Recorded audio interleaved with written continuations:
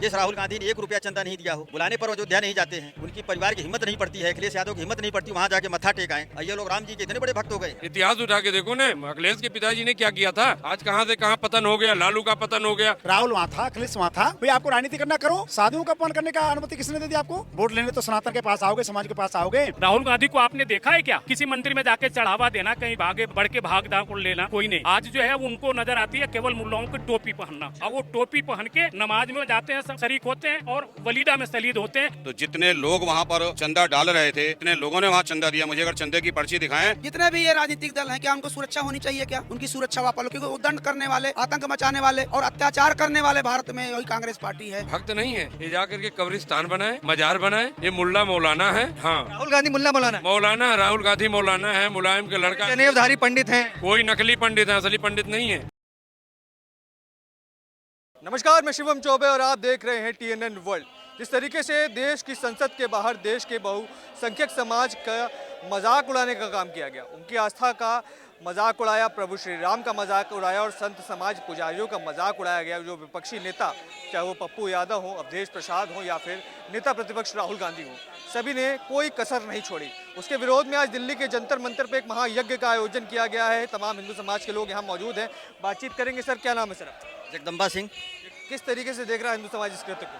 देखिए, हिंदू समाज का पूरे समाज में अगर देखा जाए, इस हवन का नाम ही सद्बुद्धि हवन है, और सीधे सीधे ये इशारा है कि भैया जिन लोगों को दुर्बुद्धि आ गई है, जिन्हें समझ में नहीं आ रहा है कि हमको रहना कैसे, करना क्या है। प्रभु श्री राम हम सभी के आराध्य हैं, इस देश की जीवन पद्धति के प्रतीक हैं। मतलब हमको कैसे रहा जाए, मर्यादा में कैसे रहा जाए, परिवार के बीच में कैसे रहा जाए, ये हम प्रभु श्री राम के जीवन से सीखते हैं। और वहाँ जाके इन लोगों ने ड्रामा किया, नौटंकी किया, उससे क्या साबित कर रहे हैं? जिस राहुल गांधी ने 1 रुपया चंदा नहीं दिया हो, बुलाने पर अयोध्या नहीं जाते हैं, उनकी परिवार की हिम्मत नहीं पड़ती है, अखिलेश यादव की हिम्मत नहीं पड़ती वहाँ जाके मत्था टेकाएं, और ये लोग राम जी के इतने बड़े भक्त हो गए हैं। ये तुष्टीकरण इस देश में नहीं चलेगा। और आजकल देश में जितने लोगों को दुर्बुद्धि आ गई है, जो किसी भी रूप में, अब अगर यही कहा जाए कि और भी इस देश में धर्म हैं, उन धर्मों की मजाक उड़ाने की औकात है इन लोगों में? एक बार उठा के तो देखिए, उनके और धर्मों के खिलाफ वहाँ भी बहुत कुछ होता है, एक बार उनके खिलाफ भी तो कुछ बोल के देखें, इन्हें पता चल जाएगा। फिर आपने देखा होगा अयोध्या से जो चुने हुए सांसद हैं वो आते हैं और वो भी समर्थन करते हैं, तो क्या अयोध्या वासियों को कैसा लगता होगा? क्योंकि राम के शहर से आना और वहाँ आकर राम का मजाक उड़ाना, कैसे देख रहे हैं? अयोध्या के सांसद की जहाँ तक बात है, पप्पू यादव ने लेट के उनका पैर छुआ है। अगर हम उनको एक बार संत ही मान लेते हैं तो संत से पैर छुड़वाएंगे वो अपना? वो इतने महान आदमी हो गए हैं कि अयोध्या के सांसद संत उनका पैर छुएंगे? हमने चलो मान लिया पप्पू यादव एक संत के अवतार में थे, उनमें भगवान विष्णु जी की आत्मा आ गई थी, बहुत ज्ञानी हो गए, तो बहुत कुछ हो गए, तो वैसे बहुत नीच और भ्रष्ट आदमी हैं, उनसे तो खैर इन चीज़ों की उम्मीद नहीं की जा सकती है। लेकिन वो पैर छू रहे हैं, और पैर छू रहे हैं, साथ में उनके हमारे प्रभु श्री राम की मूर्ति थी, फोटो थी, वो भी उनके चरणों में जा रही है। तो ये बहुत ही घटिया हरकत है, ऐसे देश कभी माफ़ नहीं करेगा। और देश छोड़िए, प्रभु श्री राम ही इन लोगों को माफ़ नहीं करेंगे। ये लोग अपना सीधे सीधे पतन के रास्ते पे जा रहे हैं, इन्हें कोई बचा नहीं सकता है। क्या कहेंगे सर, जो कुछ भी कार्यक्रम हुआ वो राम मंदिर चंदा चोरी को लेकर के वो लोग जो करके दिखाना चाह रहे थे, राहुल गांधी ने पैसे डाले और पप्पू यादव वो पैसे के बॉक्स को उठाकर भागते हुए नजर आए। कहीं ना कहीं सरकार को ये दिखाना चाह रहे थे कि चंदा चोरी का मुद्दा अभी भी जीवंत है, पर क्या विपक्ष का ये तरीका सही है चंदा चोरी को उजागर करने का? पहले तो मैं यहाँ पर जो दिल्ली प्रांत के अंदर सद्बुद्धि हवन किया गया विश्व हिंदू परिषद की तरफ से, और इन सभी जितने जो चंदे की बात कर रहे हैं, मैं पहले इनको दूंगा कि प्रभु इनको सद्बुद्धि दे कि ये सही रास्ते पर चलें। विषय रहा चंदा चोरी का, तो जितने लोग वहाँ पर चंदा डाल रहे थे, जब भगवान राम का मंदिर बना था तब कहाँ थे? कितने लोगों ने वहाँ चंदा दिया? मुझे अगर चंदे की पर्ची दिखाएं तो हम इसकी जिम्मेदारी लेते हैं, उनका चंदा वापस करके देंगे, हम देते हैं। आप चंदा वापस कहाँ से करेंगे? वो तो कह रहे हमारा चंदा ही चोरी हो गया। चंदा उन्होंने दिया ही नहीं, चंदे की जहाँ दी गई वहाँ जो राम मंदिर बना सबकी चंदे की पर्ची है। अगर उनके पास एक 10 रुपए की भी पर्ची हो या 10 करोड़ रुपए की पर्ची हो तो हम उनका चंदा वापस करेंगे। किसी के पास कोई पर्ची नहीं है भाई साहब। तो राहुल गांधी का चंदा अगर होगा भी तो उसको स्वीकार नहीं करेगा क्या राम? राहुल गांधी का चंदा उसमें है ही नहीं। मैं कहता रहा हूँ, इसलिए तो बार बार आपको कह रहा हूँ कि उनकी पर्ची तो दिखाएं राहुल गांधी ने, राम मंदिर में चंदा कितना दिया। ये सब इस तरीके के लोग हैं, करने में कुछ और दिखने में कुछ है। राहुल गांधी अपने आप को महाकाल भक्त बताते हैं। आपने देखा होगा महादेव की तस्वीर लेकर भी कई बार सदन में आ चुके हैं, तो आपको नहीं लगता कि अगर वो महाकाल के भक्त हैं तो प्रभु श्री राम के भी उतने बड़े भक्त होंगे? वो तो सभी के भक्त बन जाते हैं जब चुनाव आता है। कभी जनेऊ का धारण कर लेते हैं, कभी भगवा पहन लेते हैं, लेकिन वो किसी के भक्त नहीं है। वो केवल और केवल सत्ता में आना चाहते हैं। किस तरीके से एन किरण पटकन सत्ता में आए, इस प्रकार ये सारी की सारी वो करते रहते हैं सारे काम को। क्या लग रहा है देश की जनता क्या राहुल गांधी को इस चीज़ के लिए माफ़ कर पाएगी कि वो नौटंकी कर रहे हैं, संसद के बाहर हिंदू आस्था को ठेस पहुंचा रहे हैं? बिल्कुल भी नहीं माफ़ करेगी देश की जनता, और ये सारी चीज़ें अभी आपके सामने उजागर हो जाएंगी, दूध का दूध और पानी का पानी। क्या कहेंगे राहुल गांधी, अवधेश प्रसाद, पप्पू यादव सब मिलकर तो सरकार को घेरने के चक्कर में राम का अपमान कर जाते हैं। अटल जी की वो पंक्ति याद आती है कि बीजेपी से जितना लड़ना लड़िए, राम से मत लड़िए। क्या कहेंगे? लेकिन ये संस्कृति विहीन जो सत्ता के प्रलोभन में आ करके ये कर रहे हैं, तो सत्ता मिलने वाली नहीं है उनको। कभी वो जीवन उनका बीत जाएगा, उनको सत्ता आने वाली नहीं है उनके हाथ में। क्योंकि जो आबद्धता, जो नंगा नाच नाचा है इन्होंने अब तक के इतिहास में, आंदोलन बहुत हुए, मांग भी हुई, मांग की जायज़ थी। मांग का तो जो मांग थी ना, वो मांग का कोई निष्कर्ष नहीं रहा। भाई पेपर दोबारा हो गया, पेपर रिजल्ट आ गया, बच्चे अपने काम में लगे। कोई बच्चा पढ़ने वाला आया था? सब नंगा नाच नाचने वाले जेएनयू जैसे टुकड़े टुकड़े गए, जो कहते हैं कश्मीर में 370 धारा फिर वापस आनी चाहिए, जो कहते हैं हम पार्लियामेंट को उखाड़ देंगे। तो ये कौन सा जंजी है भाई? ये पर मुद्दा तो उनका चंदा चोरी को लेकर के था ना। भाई साहब 70 साल में किसी भी शिक्षा मंत्री ने दिया हो? अब पंजाब में हुआ, अभी वहाँ झारखंड में हो रहा है, कौन सा मंत्री वो डिजाइन दे रहा है? इनको नैतिक शिक्षा, ये तो नैतिकता के कारण चलो देश में माहौल खराब कर रहे थे, देश से प्रेम करने वाले थे, इसलिए धर्मेंद्र प्रधान जी ने इस्तीफा दिया। और माननीय मोदी जी जो कि उनकी माँ भी नहीं है, जो अभद्रता, जो नंगा नाच नाचा है, आपने देखा होगा, आप तो मीडिया को कवर कर रहे होंगे, और कितना मीडिया के साथ, पुलिस वालों के साथ, पुलिस वाले सख्ती नहीं करेंगे, क्या करेंगे? पुलिस वाले को पत्थर मार रहे हो, चाकू मार रहे हो, सुआ भोंक रहे हो, जो तो कौन सुरक्षा करेगा?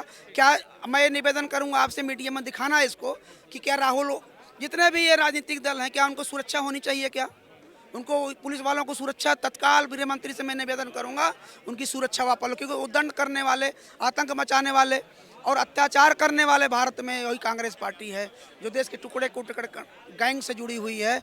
उसे देश से मतलब नहीं, देश से संस्कृति से मतलब नहीं, सिर्फ उनको सत्ता से मतलब है। मैं इतना ही आग्रह करते हुए अपनी वाणी को विराम देता हूँ। ये देखिए सर ने पकड़ा हुआ संतों का अपमान बंद करो।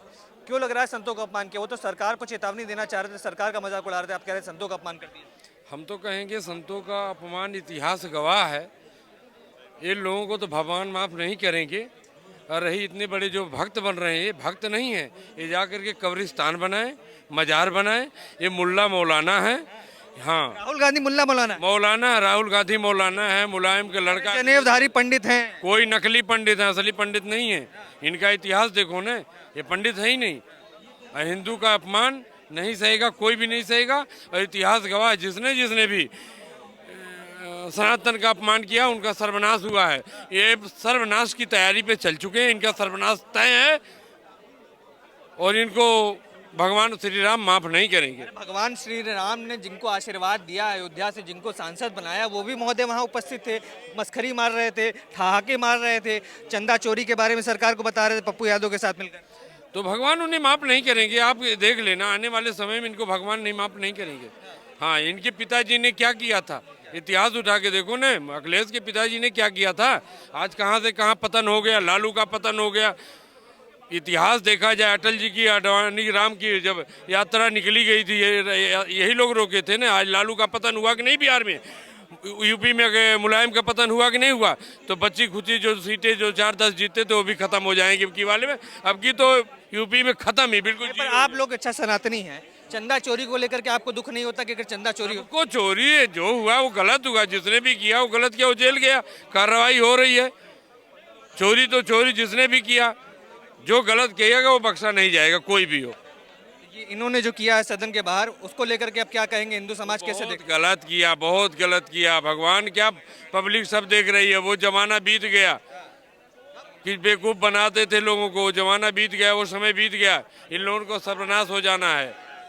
क्या कहेंगे सर, क्या जवाब देना चाहेंगे तमाम उन लोगों को जो लोग मस्खरी कर रहे थे, जो लोग मजाक उड़ा रहे थे? सद्बुद्धि हवन जो हो रही है ना, काकरोच पार्टी के नाम पे कांग्रेस प्लस विपक्ष जो मुद्दा उठा रहा है संसद के सामने जाके, ये बड़ी एक शर्मनाक बातें हैं।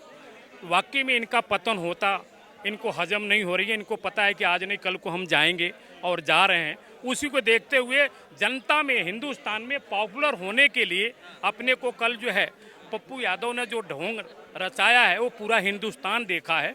आने वाले समय में जनता इनको माफ़ नहीं करेगी। पप्पू की बात कर रहे हो, राहुल गांधी एक पप्पू, वाकई में पप्पू आदमी है। पप्पू यादव की बात कर रहे हैं या राहुल गांधी की नहीं, पप्पू यादव अलग है, राहुल गांधी का भी दूसरा नाम पप्पू है जी। उसको भी जनता पप्पू आजकल कहना शुरू कर दिया है। वो जो है, जो पप्पू के साथ, पप्पू यादव के साथ पप्पू बन रहा है।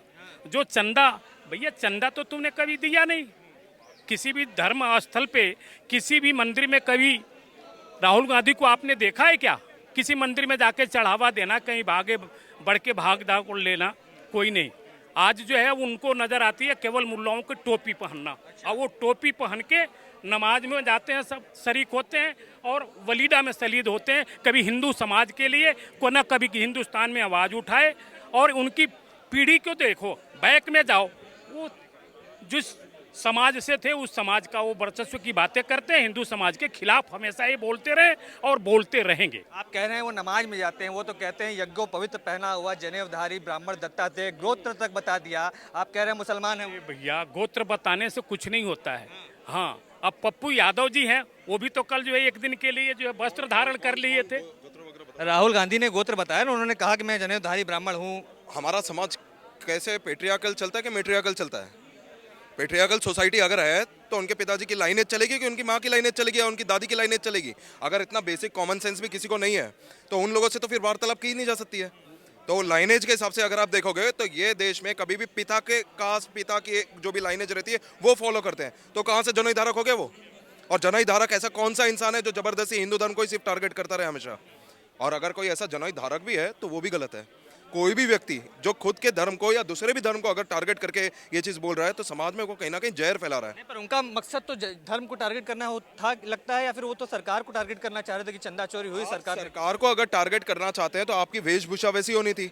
आप संतों की वेशभूषा में वहां पर चोरी का ऐसे ड्रामा करते हुए दिखाए गए तो एक सॉफ्ट मैसेज क्या समाज में जाएगा? फिर पालघर जैसे जब इंसिडेंट होते हैं और पालघर में हमारे संतों को मारा जाता है तो ये क्यों कारण था? क्योंकि कहीं ना कहीं soft corner back of the mind में लोगों के यहाँ बैठ चुका है, अरे संत है, पाखंड है, अरे यार भगवाधारी है, ये तो पाखंडी और चोर लोग हैं।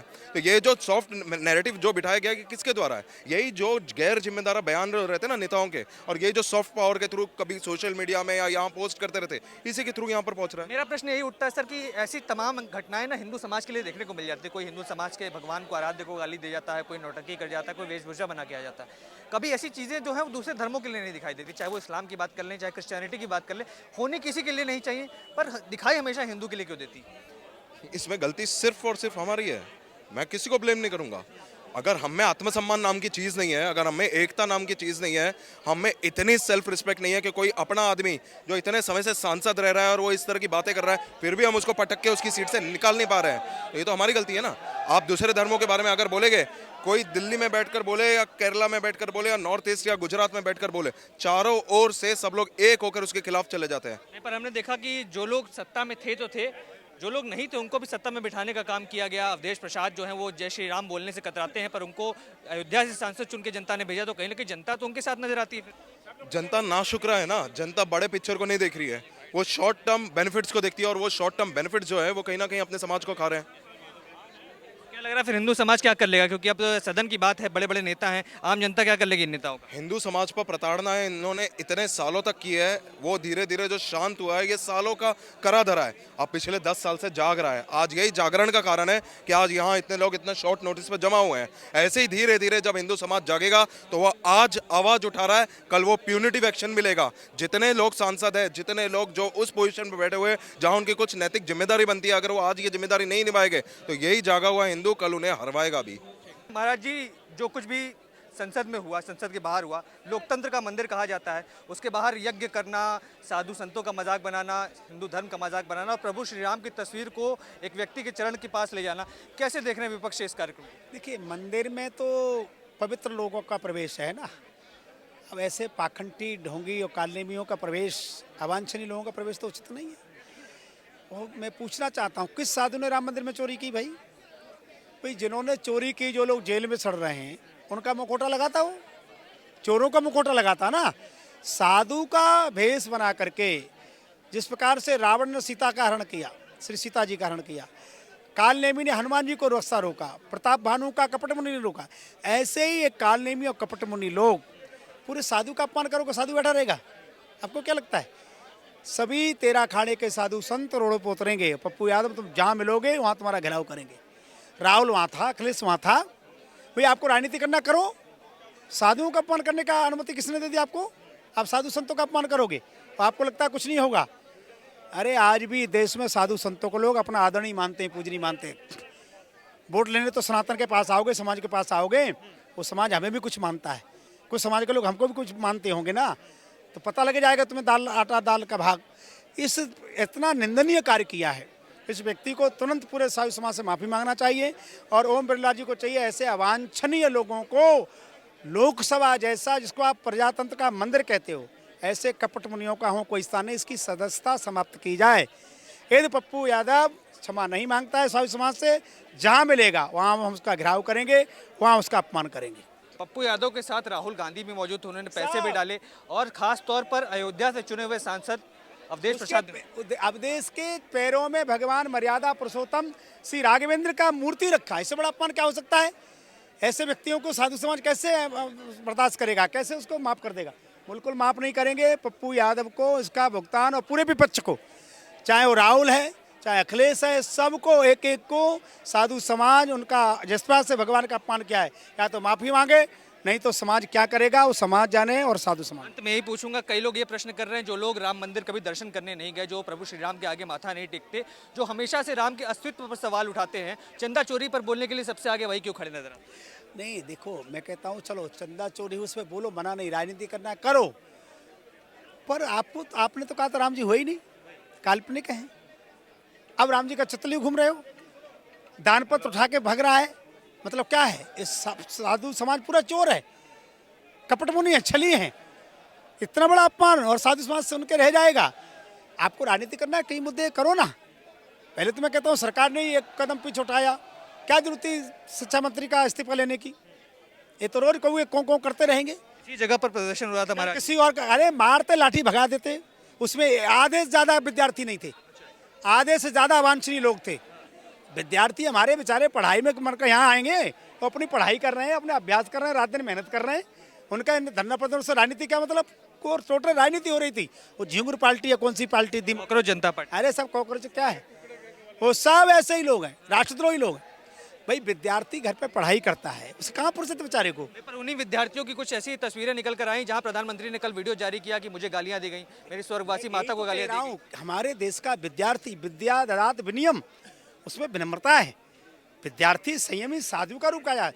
हमारा विद्यार्थी प्रधानमंत्री को गाली नहीं दे सकता, हमारा प्रधानमंत्री भारत माता के लिए अपमान नहीं कर सकता, हमारा विद्यार्थी सनातन का विरोध नहीं कर सकता। यहाँ सब हुआ। वो कैसे विद्यार्थी थे? वो विद्यार्थी थे अवांछनीय, चाकू छुरी चलाने वाले ज़्यादा लोग थे। हाँ, कुछ विद्यार्थी बेचारे बहकावे में आ गए होंगे, उन्हें लगा होगा हमारे हित की बात होगी, यहाँ को उनको भी पता लगा कि यहाँ तो सब कपट छल हो रहा है, राजनीति हो रही है,